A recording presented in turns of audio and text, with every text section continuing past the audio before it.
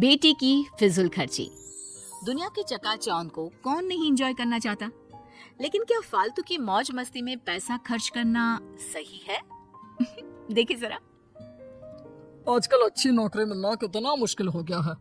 सही कहा, जहाँ भी जाओ तो केवल यही सुनने को मिलता है, फिलहाल जरूरत नहीं है। और अगर गलती से नौकरी मिल भी जाए तो उस तनख्वाह से 2 वक्त की रोटी भी नहीं खरीदी जाती। हाँ यार, ऊपर से रोज सुबह शाम घर वालों के ताने सुनकर ही पेट भरना पड़ता है। अब तो तेरा खाना बिना घर वालों के ताने सुने बिना पचता भी नहीं होगा, हैं? क्यों, तेरे घर वाले कुछ नहीं कहते? कहते तो है, पर क्या करे, कानों को सुनने की आदत हो गई है। अच्छा, तुम्हें एक जरूरी चीज बताना तो भूल ही गया। कल ना मुझे कमल का फोन आया था। कौन कमल? जो उस मोटे सेठ के दफ्तर में काम करता है?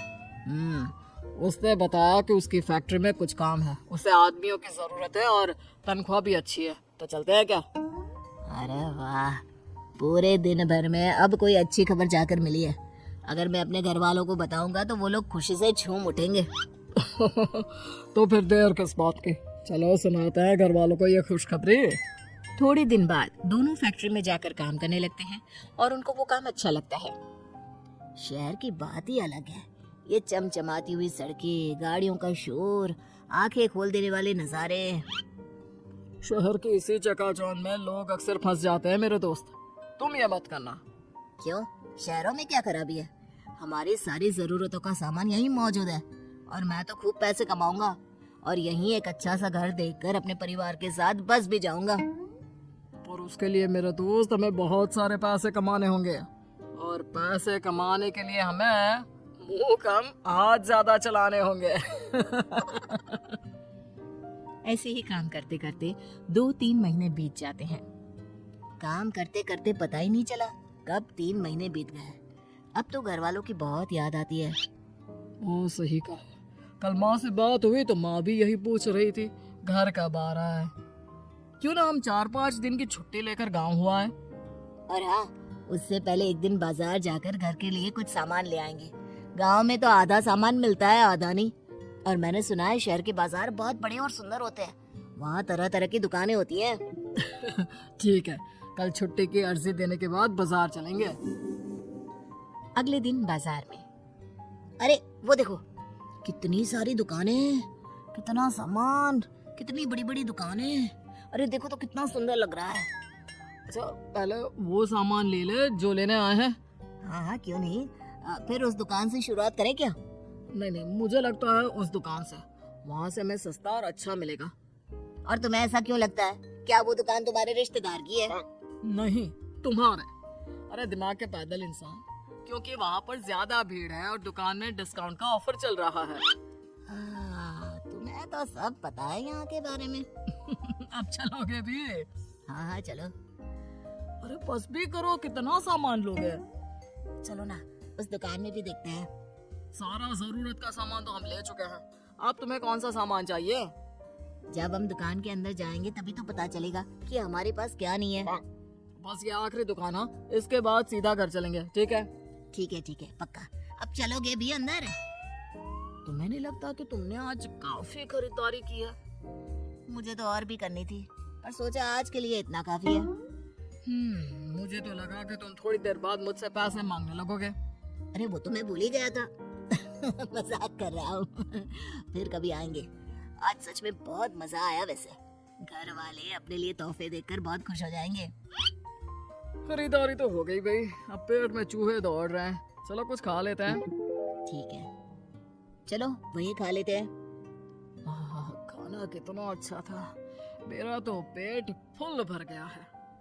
रोजाना कैंटीन का वो बेस्वाद खाना खाकर मेरा मुंह भी बेस्वाद हो गया था।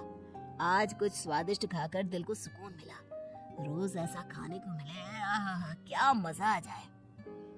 कैंटीन का खाना तो ठीक ही होता है, हाँ, आज का खाना उससे ज्यादा स्वादिष्ट था, मानना पड़ेगा। उस दिन से सुरेश कई बार बाजार जाता खरीदारी के लिए और साथ साथ बाहर से ही खाना खाकर आता। सुरेश, तो कल शाम को कैंटीन में खाने को नहीं आया? मैंने बहुत देर तक तेरा इंतजार किया, फिर किसी ने कहा कि तू बाजार गया है। अभी कुछ दिन पहले ही तो तू बाजार गया था, कल फिर से क्यों गया? अरे कुछ दिन पहले जब मैं बाजार गया था ना, तो वहाँ एक बहुत बढ़िया जूते देखे थे। पर मैं ले नहीं पाया। और अब जब तनख्वाह आ गई तो कल ही मैंने वो जूते खरीद लिए। देख आज मैं पहन कर भी आया हूँ। हाँ यार, ये तो बहुत महंगा लगता है। लग कैसे रहा है? आजकल ना मार्केट में बहुत चल रहा है, ज्यादातर लोग यही जूते खरीद रहे हैं। लेकिन तुम्हारे पास तो जूते हैं ना, तो फिर ये नया जूते क्यों? अरे क्योंकि ये आजकल ट्रेंड में चल रहा है। छोड़, तुम नहीं समझोगे। लेकिन तुम अपनी सारी कमाई बेफिजूल की चीजों में खर्च कर रहे हो।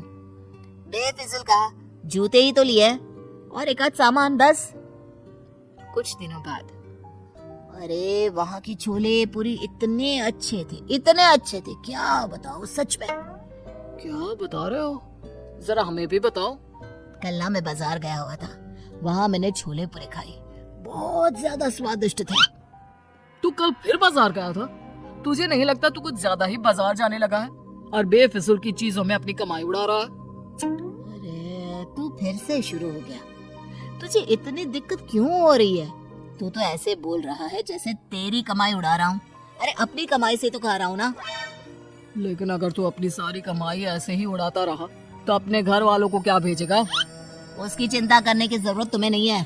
बड़ा आया मुझे भाषण देने वाला। उसके बाद से सुरेश राम से दूर रहने लगा। कुछ महीनों बाद दोनों अपने घर जाते हैं।